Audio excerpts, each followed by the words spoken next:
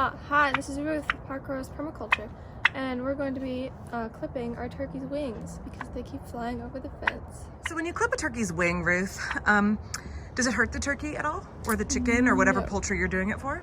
No, because you make sure you cut it below the blood feather. We can show you how to do that in a minute.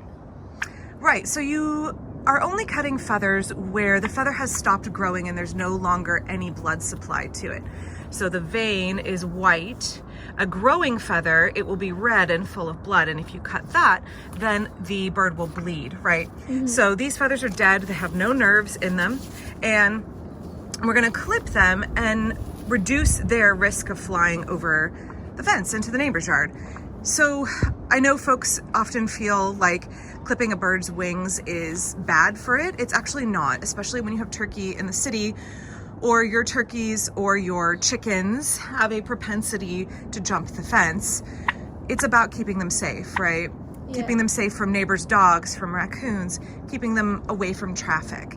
So clipping birds' wings is a kindness and it's responsible poultry ownership. So we clip not only our turkeys, but also our chickens, right? Yes. Because we have some chickens that like to hop up onto our beehives and then from our beehives go over the fence. So we keep their wings clipped. For a heavier bird that is less agile with flying, you often only need to clip one wing and then they just kind of take off and they kind of turn and land. For a really capable bird, you need to clip both of their wings. And we want to just clip the primary flight feathers, right? So we're just clipping the primary flight feathers out here, and we'll show you in a second. We don't need to come back in here and get the secondaries, I hope. Since we've never raised turkeys before, they are much more strong and agile flyers than chickens. For our chickens, we definitely don't need to cut secondaries.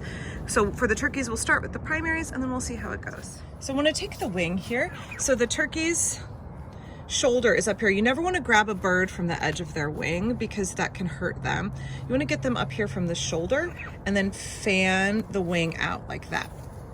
Okay, and the first thing I want to do is I want to check and make sure there's no developing blood feathers. And these feathers are all white and finished growing, so I can safely clip them. I'm gonna grab my scissors here. Again, I want to get the bird from the shoulder, not from out here at the edge of the wing. I don't want to hurt him. All right, there we go. Hello, buddy. Just get the feathers. Okay. So I'm just gonna clip along here. Now again, you might need to make adjustments depending on how vigorous of a flyer you have. Sometimes you can just cut 4 or 5 feathers and that's enough.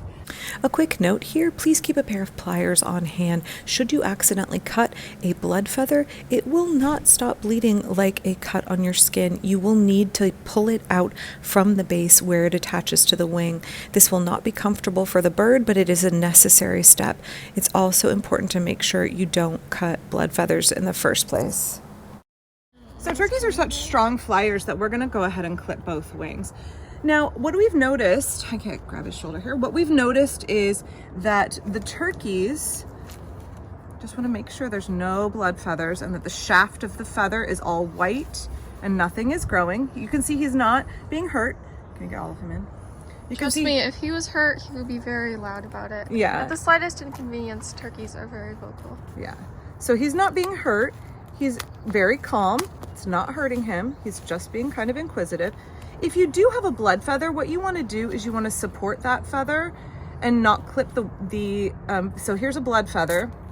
It's darker. It's still growing. You can see how much shorter it is.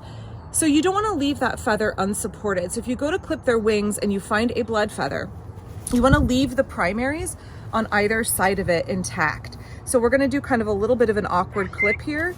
Hello, turkey. And I want to make sure that I don't clip that blood feather and that I also leave the feather next to it still growing. So see how this one here is going to stay and this blood feather is going to sit on top of the fully finished growing feather. And I'm going to, okay, hello, turkey. I'm going to leave that one and I'm going to clip these. So you want to leave at least one long feather to support the growing blood feather. When the blood feather is finished growing, we'll come back and clip all the rest of them. And that's it. So he's going to be a little clumsy when he figures out he can't actually go all the way up onto the tops of the trees or over the fence. And now we're going to get the female. Why do do you think it is that if our birds are flock animals, that hi turkey, that they feel compelled to get up on top of the fence or jump the fence? Well, turkeys are very, very curious.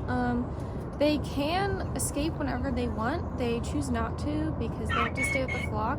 But sometimes they might hear our neighbor Ben over the fence, and they were raised in his yard, so they might want to go see what he's doing, or they'll hear us in the front yard and just want to check us out and see what we're doing.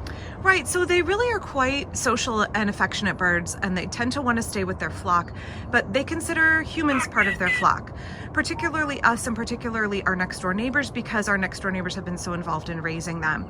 So the other day we had an issue where we were actually out of town, but our next door neighbor was working on his shed, and the turkeys could hear and see him, so they kept hopping up on the edge of the fence because they're like, "Hey Ben, how's it going? Can we hang out with you?" And when we've been working in the front yard, it's the same thing. They want to try and get to where we are. So typically I don't expect them to try and leave the rest of the flock unless they are interested in seeking out. Oh, there he goes. He just learned he can't fly anymore. Oh, that's going to be a rude learning curve. But for our birds, it means they're going to be kept safe. It means that they can't get out where cars or predators could get to them. And it means that they are going to be able to be safely contained, free ranging in our backyard. Now, once they molt, we'll have to do this again after all of the feathers have grown back in, right? So it's a continual process for both our chickens and our turkeys, but you can see it's very quick, takes almost no time, doesn't hurt them at all. They just have a little bit of an adjustment period afterward where they figure out that they don't have any lift any longer. Okay, so Ruth, do you have any final thoughts before we go? I think boy turkey here is much more well behaved and will, So the girl turkey, in your experience so far, has been more aggressive and more of a bossy bird, right? And she also kind of has her own ideas about what she wants to do, and the boy turkey so far is more cuddly and snuggly and wants to follow us around. Is that right? She's just a lot of a drama queen. You pick her up very gently and she's like, meow, meow, meow, meow. She's much louder, and he is much more docile, but he hasn't hit puberty yet. So I know a lot of folks have been commenting on videos or photos I've been posting of our turkeys like, oh, they're just so sweet and cute.